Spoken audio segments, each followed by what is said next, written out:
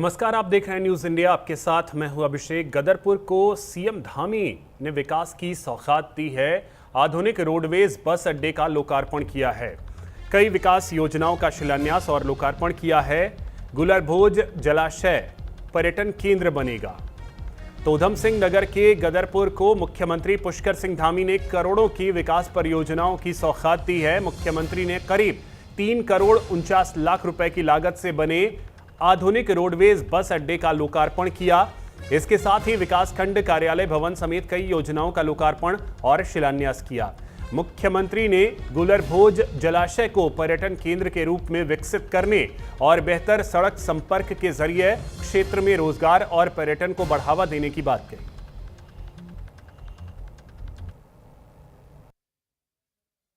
शहीद उधम सिंह जी का आज बलिदान दिवस भी है। हम सभी उनको आज अपने श्रद्धासुमन अर्पित कर रहे हैं और पूरा देश उनको याद कर रहा है, उनका स्मरण कर रहा है। तो उस कार्यक्रम में मैं सम्मिलित होऊंगा। इसके साथ साथ गदरपुर की बहुत सारी योजनाएं, विकास की जो योजनाएं इन सालों में हुई है, जिनको आज लोकार्पित होना है, प्रारंभ होना है, और बहुत सारी योजनाएं प्रारंभ होनी है। सैकड़ों करोड़ की योजनाएं हैं जो पूरी हो चुकी हैं और जिनको अभी आगे जिनका शिलान्यास होना है, उन सभी को आज शुरू भी करना है। इस अवसर पर सभी लोगों से मिलेंगे। गदरपुर का विकास हमारे लिए सबसे बड़ी प्राथमिकता है।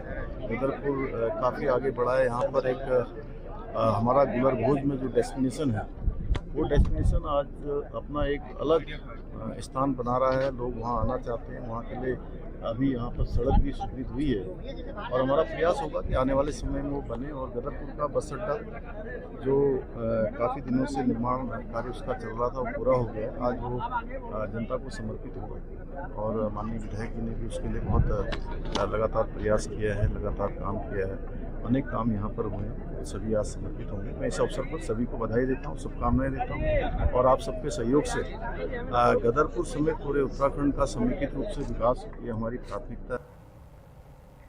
वहीं गदरपुर में सीएम धामी का भव्य स्वागत किया गया। स्थानीय लोगों और किसानों ने उनका अभिनंदन किया। मुख्यमंत्री ने जन अभिवादन स्वीकार किया। विकास और जन कल्याण की प्रतिबद्धता फिर से दोहराई। उधम सिंह नगर के गदरपुर पहुंचने पर मुख्यमंत्री पुष्कर सिंह धामी का स्थानीय लोगों और किसानों ने गर्मजोशी से स्वागत किया। बड़ी संख्या में मौजूद लोगों ने मुख्यमंत्री का अभिनंदन किया। इस दौरान मुख्यमंत्री ने लोगों का अभिवादन स्वीकार किया और क्षेत्र के विकास और जन कल्याण के लिए सरकार की प्रतिबद्धता दोहराई।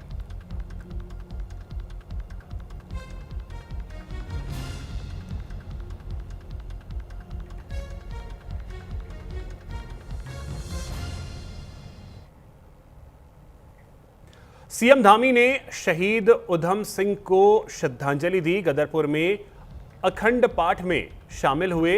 सांस्कृतिक विरासत संरक्षण का संकल्प दोहराया।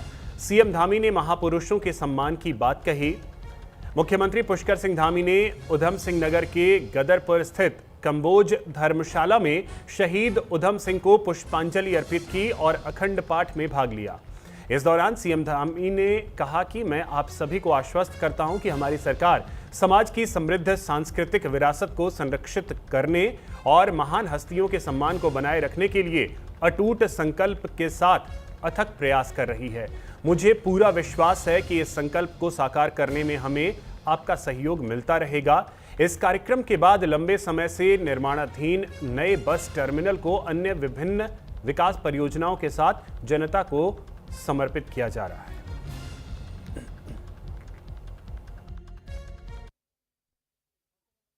है और आज के इस अवसर पर मैं आप सभी को विश्वास दिलाता हूं कि हमारी सरकार समाज की समृद्ध सांस्कृतिक विरासत, महापुरुषों के सम्मान को अक्षुण्ण बनाए रखने के लिए विकल्प रहित संकल्प, ऐसा संकल्प जिसमें कोई विकल्प नहीं है, ऐसा मिशन जिसमें कोई ऑप्शन नहीं है, उसके साथ निरंतर कार्य कर रही है। मुझे पूरा विश्वास है हमारे इस संकल्प को सिद्धि तक पहुंचाने में आप सभी का सहयोग हमें इसी प्रकार मिलता रहेगा।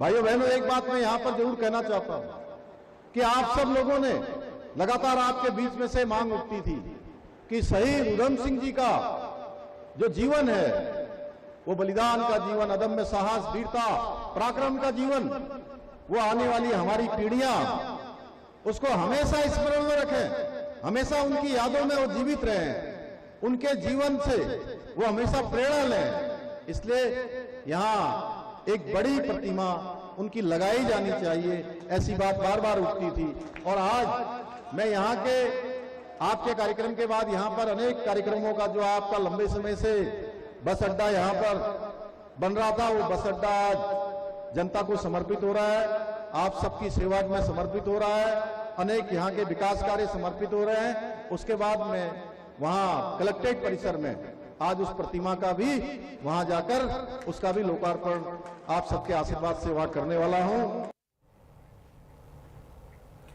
सीएम धामी ने एनडीआरएफ शिविर का दौरा किया है, जवानों से आपदा प्रबंधन पर चर्चा की है, राहत कार्यों की तैयारियों का जायजा लिया है, वृक्षारोपण कर पर्यावरण संरक्षण का संदेश दिया है। एनडीआरएफ जवानों के कार्यों की सराहना की है। मुख्यमंत्री पुष्कर सिंह धामी ने उधम सिंह नगर के गदरपुर स्थित एनडीआरएफ शिविर का दौरा किया। इस दौरान उन्होंने एनडीआरएफ के जवानों से संवाद कर आपदा प्रबंधन और राहत कार्यों की जानकारी ली। मुख्यमंत्री ने वृक्षारोपण अभियान में भी हिस्सा लिया और पर्यावरण संरक्षण का संदेश दिया। उन्होंने आपदा के समय एनडीआरएफ के योगदान की सराहना करते हुए जवानों का उत्साहवर्धन किया।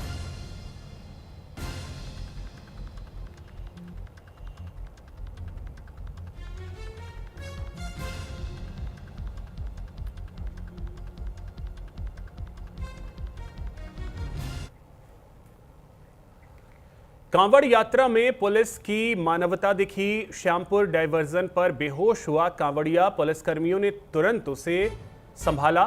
श्रद्धालुओं की सुरक्षा में पुलिस की टीम जुटी हुई है। हरिद्वार में कांवड़ यात्रा के बीच पुलिस की मानवीय तस्वीर सामने आई, जहां श्यामपुर डायवर्जन के पास एक कांवड़िया अचानक सड़क पर बेहोश हो गया। मौके पर तैनात पुलिसकर्मियों ने तुरंत उसे संभाला और सड़क से सुरक्षित हटाकर 108 एम्बुलेंस की मदद से अस्पताल पहुंचाया गया। पुलिस की मुस्तैदी से समय रहते कांवड़िये को इलाज मिल सका। कांवड़ यात्रा के दौरान पुलिस लगातार श्रद्धालुओं की सुरक्षा और सहायता में जुटी है।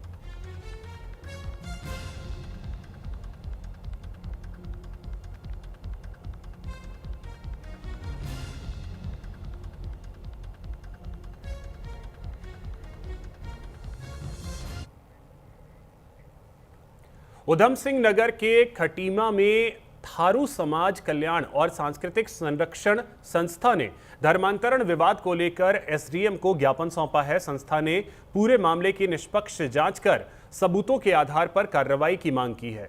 साथ ही समाज के लोगों को अनावश्यक रूप से परेशान न किए जाने और कानून के दायरे में निष्पक्ष कार्रवाई की अपील की है। प्रशासन का कहना है कि सभी पक्षों से बातचीत कर नियमानुसार आगे की कार्रवाई की जाएगी।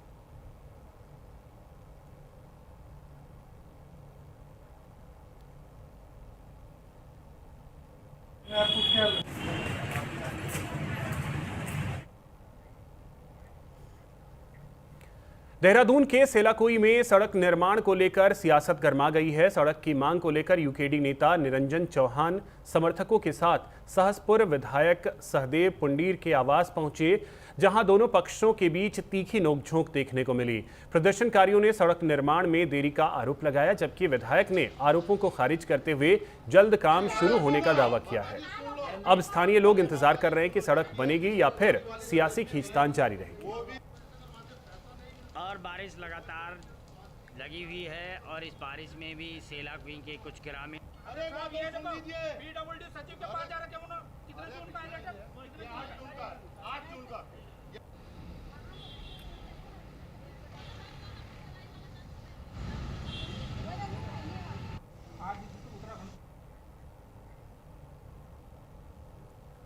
उधम सिंह नगर के खटीमा में बीजेपी कार्यकर्ताओं और सामाजिक संगठनों ने कांग्रेस रैली में कथित आपत्तिजनक नारों के विरोध में प्रदर्शन किया।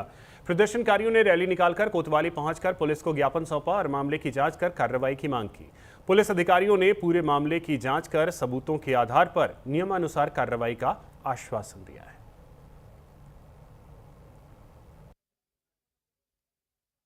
ये लोकतांत्रिक देश है और प्रत्येक व्यक्ति को अपनी बात कहने का अधिकार है, लेकिन वो बात सार्वजनिक अगर प्लेटफॉर्म से कोई बात कही जा रही है किसी जुलूस के माध्यम से, तो उसका तरीका एक अनुशासनात्मक होना चाहिए, डिसिप्लिन के साथ होना चाहिए। वो बच्चों से गालियां दिलवाना या संवैधानिक पदों पे बैठे हुए लोगों के लिए इतने अपशब्द बोलना कि राह चलते हुए लोग सुन भी नहीं सकते, तो ये बहुत गलत है। इसके लिए पूरी मातृशक्ति और युवा शक्ति मेरे साथ आई है यहाँ, कि जिन लोगों ने भी इन बच्चों को उकसाने का कार्य किया है, इस तरीके से अपने जुलूस में ऐसे प्रदर्शन किए हैं, तो उनके खिलाफ कार्रवाई की। इस खटीमा में, जो खटीमा पूरे प्रदेश में वीरों की भूमि के नाम से जाना जाता है, क्योंकि 1 सितंबर 1994 में किस प्रकार से हमारे पूर्वजों ने अपना बलिदान देके इस प्रदेश को मांगा, उन्हीं का रक्त हमारे अंदर चलता है, उन्हीं के बच्चे हैं। इस खटीमा में कुछ दिन पूर्व एक संगठन द्वारा एक आक्रोश रैली निकाली है। हमको उनकी रैली से कोई आपत्ति नहीं है, वो लोकतंत्र का उनका मौलिक अधिकार है, वो निकाल सकते हैं। पर मेरा सवाल ये है कि उस रैली में नाबालिग बच्चों का हथियार बनाकर अपनी राजनीतिक रोटियां सेकने के लिए किस प्रकार से इन लोगों ने उनके भविष्य के साथ खिलवाड़ किया। में जो है खटीमा के आम जनमानस के द्वारा एक जुलूस निकाला गया और उस आम जनमानस की मांग ये थी कि जो हाल ही में जो मुकदमा पंजीकृत हुआ है, इस मुकदमा पे इस पुलिस की स्थिति क्या है, इस पुलिस की स्थिति को इस पर क्लियर किया जाए। और उनके द्वारा कुछ मांगें रखी गई थी। पुलिस के द्वारा उनकी मांगों को सुना गया और उनको पूर्ण आश्वासन दिया गया कि उनकी मांगें मानी जाएंगी, उनकी मांगें पूर्ण की जाएंगी। मुकदमा पंजीकृत हो चुका है। मैं आपको थोड़ा बता दूं कि बेसिकली जो आज ये आम लोगों का जो जुलूस था, इस आम लोगों के जुलूस में लोगों की ये शंका थी या लोगों का ये पहली मांग लोगों के द्वारा ये की गई थी कि इस जुलूस में जो नाबालिग बच्चे सामने आए हैं, उनकी ये मांग थी कि नाबालिग बच्चों पर कार्रवाई न हो और नाबालिग बच्चों को जो है बेवजह परेशान न किया जाए। तो उस संदर्भ में आश्वासन दिया जाए। चंपावत के लोहा घाट में मुख्यमंत्री विवेकाधीन कोष के तहत जरूरतमंद परिवारों को आर्थिक सहायता वितरित की गई। एसडीएम कार्यालय में आयोजित कार्यक्रम में 42 लाभार्थियों को 5-5 हजार रुपए के चेक सौंपे गए। इस दौरान जनप्रतिनिधियों ने कहा कि सरकार आर्थिक रूप से कमजोर लोगों की मदद के लिए लगातार प्रयास कर रही है। वहीं सहायता मिलने पर लाभार्थियों ने मुख्यमंत्री पुष्कर सिंह धामी का आभार जताया।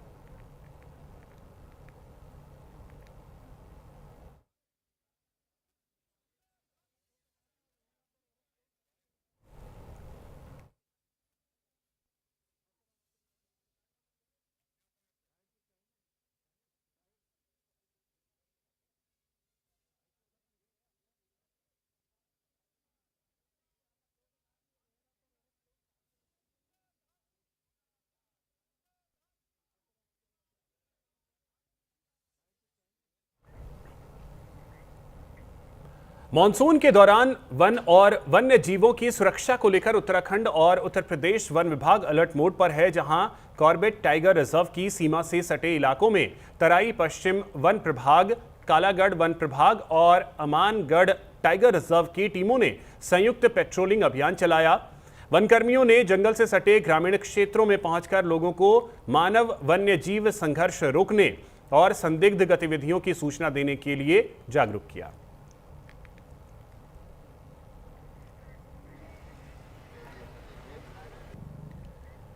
देहरादून का ऐतिहासिक परेड ग्राउंड इन दिनों बदहाली की तस्वीर पेश कर रहा है। लगातार बारिश और बड़े आयोजनों के बाद मैदान की हालत खराब हो गई है, जिससे खिलाड़ियों को अभ्यास में परेशानी का सामना करना पड़ रहा है।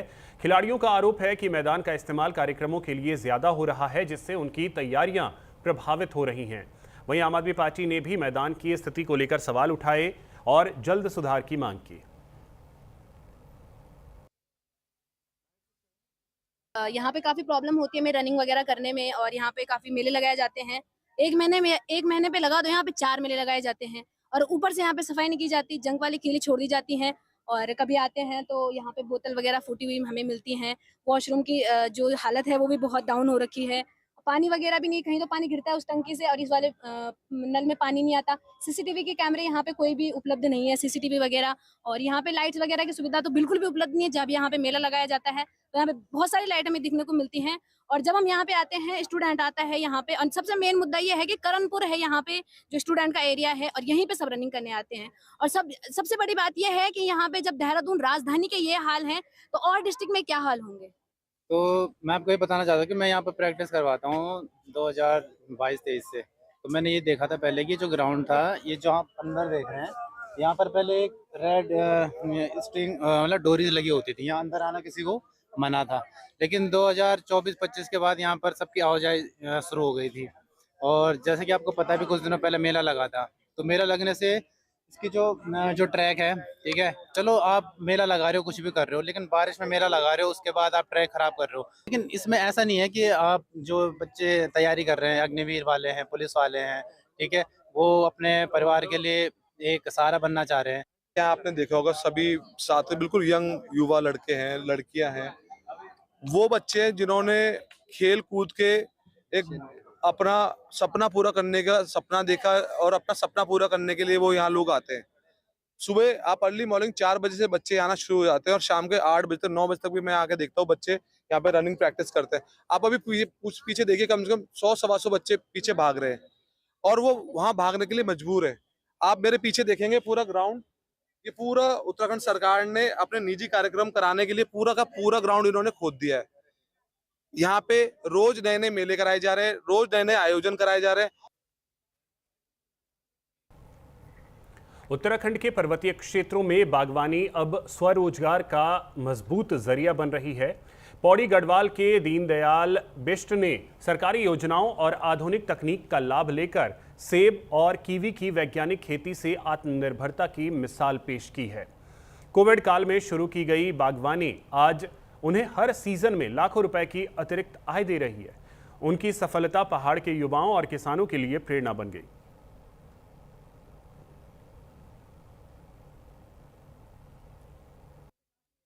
मैंने फर्स्ट लॉकडाउन में ये जो बगीचा बनाया है, तो उस समय क्योंकि कीवी मिशन में पैसा नहीं था, मैंने अपने कीवी मिशन जो कीवी के पेड़ लगाए उस पर तो अपना खर्चा कर रखा है, लेकिन सरकार ने मेरी मदद की है। जैसे ये टैंक बनवाया, लिफ्टिंग योजना से पानी नदी से आता है, और ऊपर अखरोट का बगीचा है, तो वहाँ पर 4 दीवारी जो है मैंने जिला पंचायत से कर रखी है। और मैं उत्तराखंड सरकार से निवेदन करूंगा कि इस तरह से आप प्रमोट करते रहिए किसानों को यहाँ पर, क्योंकि उद्यान का बहुत ज़्यादा भविष्य है।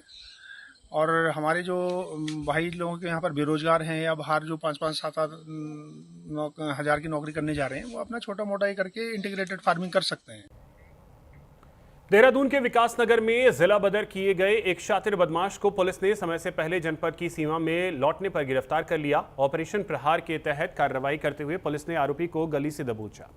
पुलिस के मुताबिक आरोपी चोरी की नीयत से इलाके में घूम रहा था। उसके खिलाफ मुकदमा दर्ज कर कोर्ट में पेश किया जा रहा है।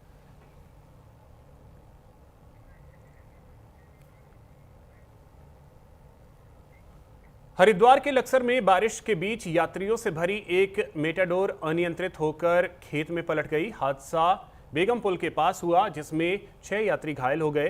पुलिस ने मौके पर पहुंचकर सभी घायलों को अस्पताल पहुंचाया। वाहन में अन्य सवार यात्री सुरक्षित हैं, जबकि हादसे के बाद चालक मौके से फरार हो गया, जिसकी तलाश की जा रही है।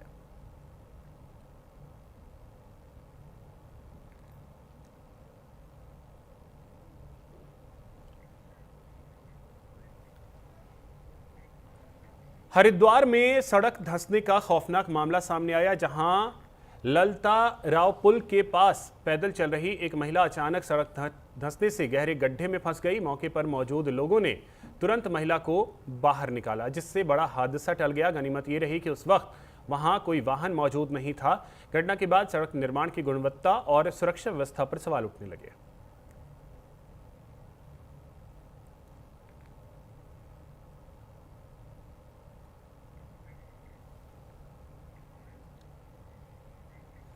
हरिद्वार के कांगड़ा घाट पर एसडीआरएफ जवान की सतर्कता से एक किशोर की जान बच गई।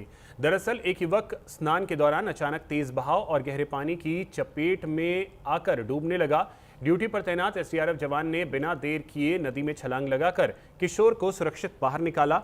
रेस्क्यू के बाद उसे परिजनों को सुपुर्द कर दिया गया। एसडीआरएफ ने श्रद्धालुओं से गहरे पानी और तेज बहाव से सतर्क रहने की अपील की है।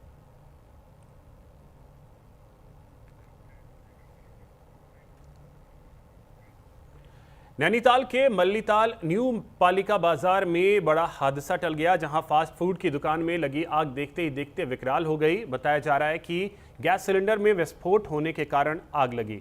वहीं आग लगने से बाजार में अफरा तफरी मच गई। सूचना पर पहुंची दमकल टीम ने कड़ी मशक्कत के बाद आग पर काबू पाया। हादसे में दुकान जलकर खाक हो गई, जबकि एक कर्मचारी घायल हुआ है, जिसे इलाज के लिए अस्पताल में भर्ती करवाया गया।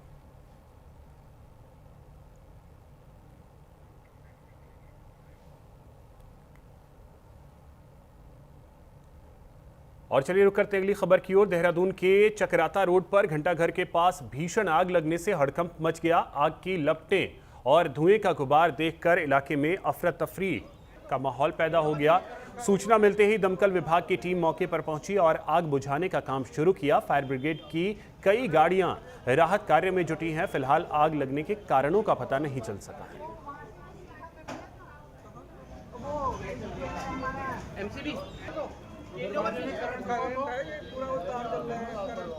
अब इधर की कारों में इसमें कोई करंट नहीं।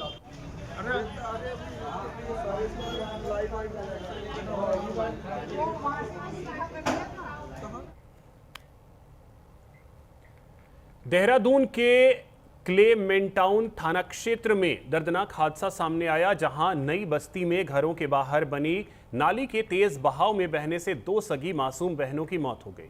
बताया जा रहा है कि दोनों बच्चियां खेलते खेलते नहाने चली गई थीं, तभी पानी के तेज बहाव की चपेट में आ गई। सूचना पर पुलिस मौके पर पहुंची, लेकिन स्थानीय लोगों के रेस्क्यू से पहले ही दोनों बच्चियों की जान जा चुकी थी, जिसके बाद पुलिस ने शव को कब्जे में लेकर पोस्टमार्टम के लिए भेजा है और आगे की कार्रवाई में जुट गई है।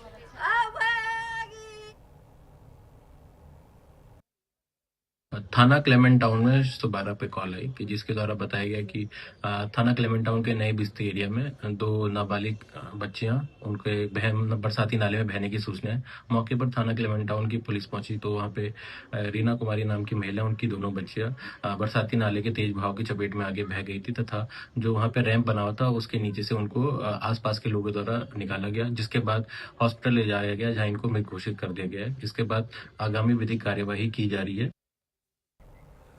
कांवड़ मेले के दौरान हरिद्वार में एसडीआरएफ की मुस्तैदी से 2 श्रद्धालुओं की जान बच गई।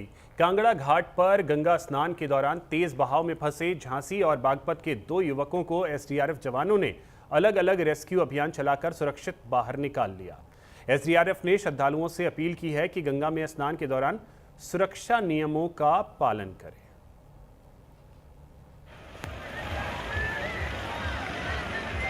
जाओ जल्दी जाओ, जल्दी जाओ।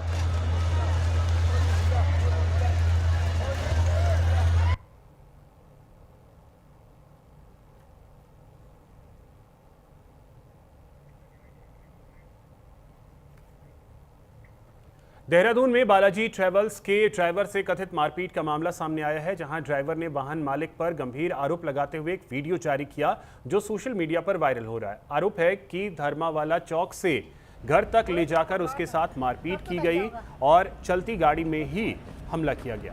फिलहाल पुलिस मामले की जांच कर रही है, आरोपों की पुष्टि होना बाकी है। परिवार ने इसको देखो कितनी बेरहमी से पीटा है।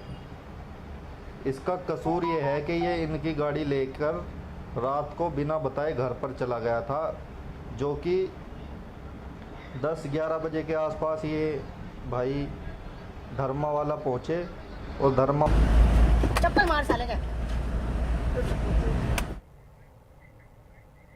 देहरादून के सहसपुर में गौकशी गैंग के खिलाफ पुलिस ने बड़ी कार्रवाई की है। मुखबिर की सूचना पर आम के बाग में छापेमारी कर पुलिस ने एक आरोपी को गिरफ्तार किया, जबकि उसके 9 साथी मौके से फरार हो गए। पुलिस ने मौके से भारी मात्रा में गौमांस और गौकशी में इस्तेमाल हथियार बरामद किए हैं।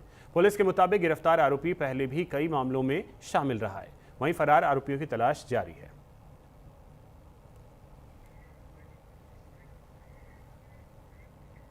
इसी के साथ इस बुलेटिन में इतना ही। नमस्कार।